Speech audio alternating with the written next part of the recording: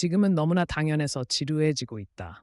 지역 토트넘 팬들이 비난할 때마다 손흥민이 다음 경기에서 바로 증명한다.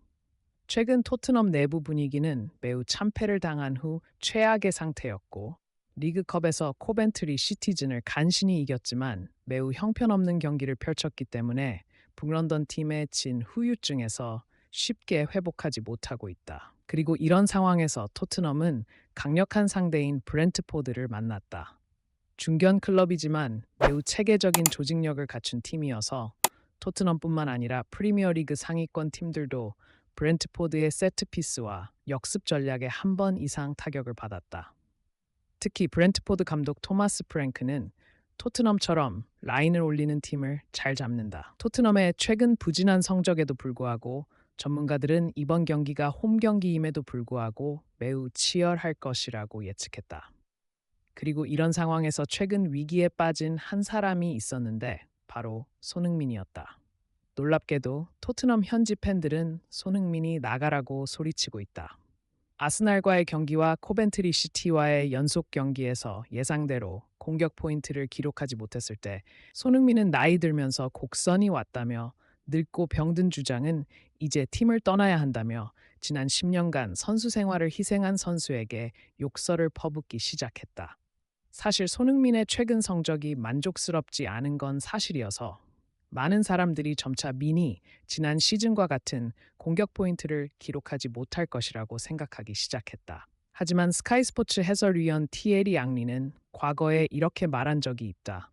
손흥민은 어려운 상황에 처했을 때 더욱 위대해지는 선수다. 사람들이 그를 무시하고 폄하할수록 그는 자신의 성적을 통해 그것을 증명하고 있다.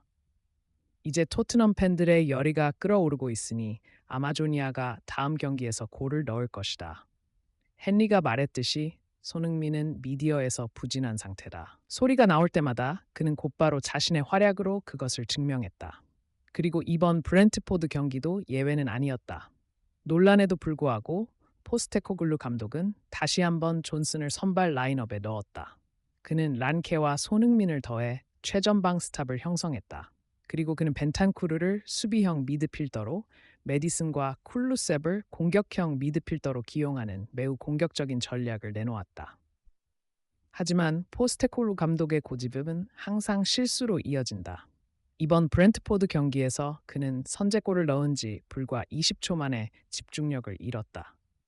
4분 크로스가 오라의 직접 슛으로 토트넘 골망을 흔들었다.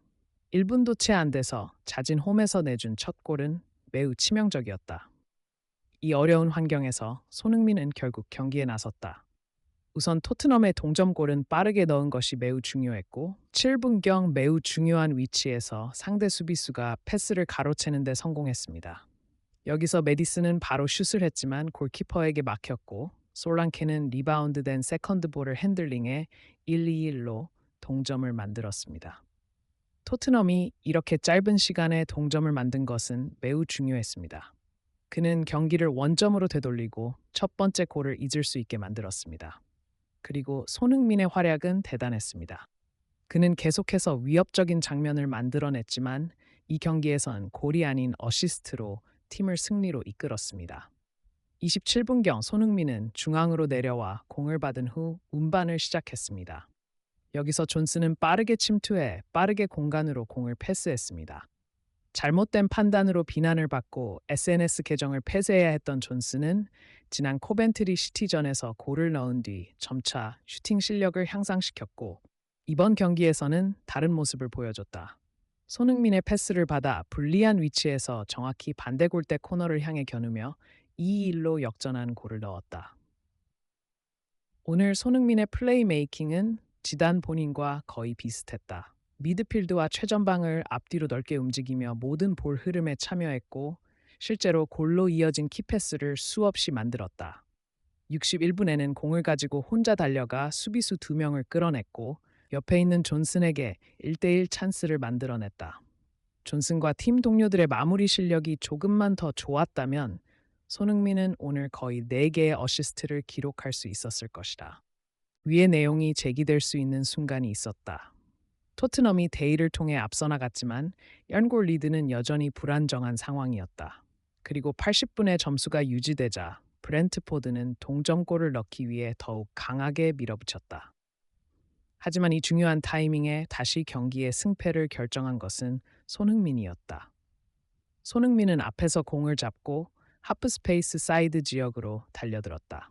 반대편에서는 메디슨이 달리고 있었지만 이미 브렌트포드 수비수의 시야에 들어왔기 때문에 상대는 손흥민과 그 사이의 거리를 약간 벌리면서 메디슨에게 패스를 막으려 했다. 하지만 손흥민은 여기서 매우 놀라운 플레이로 영국의 현지 방송진을 놀라게 했다. 메디슨을 보고 나서 약간 엇갈린 패스를 했지만 패스는 리듬을 잃도록 하는 타이밍에 브렌트포드 수비수의 다리 사이로 지나가려는 것이었다. 상대가 이미 메디슨을 향한 패스를 준비하고 있었음에도 불구하고 손흥민의 패스는 바로 다리 사이로 흘러내렸고 메디슨의 이트는 그의 발 앞에 떨어졌다. 사실 그는 이미 골을 넣었고 메디슨조차도 이 기회를 놓칠 수 없었다. 그는 골키퍼를 가볍게 제치고 3-1로 점수를 봉인했다. 이렇게 토트넘은 리그 침체를 깼고 손흥민의 훌륭한 활약 덕분에 매우 중요한 승리를 거두었다. 손흥민은 오늘 단 한 골도 넣지 못했지만 8, 9등급의 평점으로 MVP를 받았고 어시스트, 2개의 찬스 창출, 7개의 슛, 정확도, 드리블 성공률 50%, 패스 정확도 86%, 롱패스 성공률 100% 등 믿을 수 없는 통계를 기록했다. 사실 손흥민이 토트넘의 역사를 움켜쥐고 강제로 끌고 가 팀을 구했다고 할 수 있다. 6만 명의 토트넘 팬들은 이 환상적인 공연에 나이스 원을 부르기 시작했습니다. 하지만 토트넘 팬들의 태도가 정말 역겹다는 반응도 있었습니다. 불과 하루 전만 해도 토트넘 팬들은 구단의 공연이 모두 손흥민 덕분이라는 의견을 형성하고 있었습니다. 온라인 커뮤니티에서만요. 영국 공식 방송에서 진행한 현 소속팀 팬들과의 인터뷰에서 손흥민에 대한 안티 팬들의 짓거리가 아니라 그들은 100% 손흥민의 공연이 문제라고 말했고 그는 지난 2시즌 동안 보여준 것만큼 좋은 공연을 보여주지 못했으며 32세에 그는 이제 팀에서 퇴출되어야 한다고 말했습니다.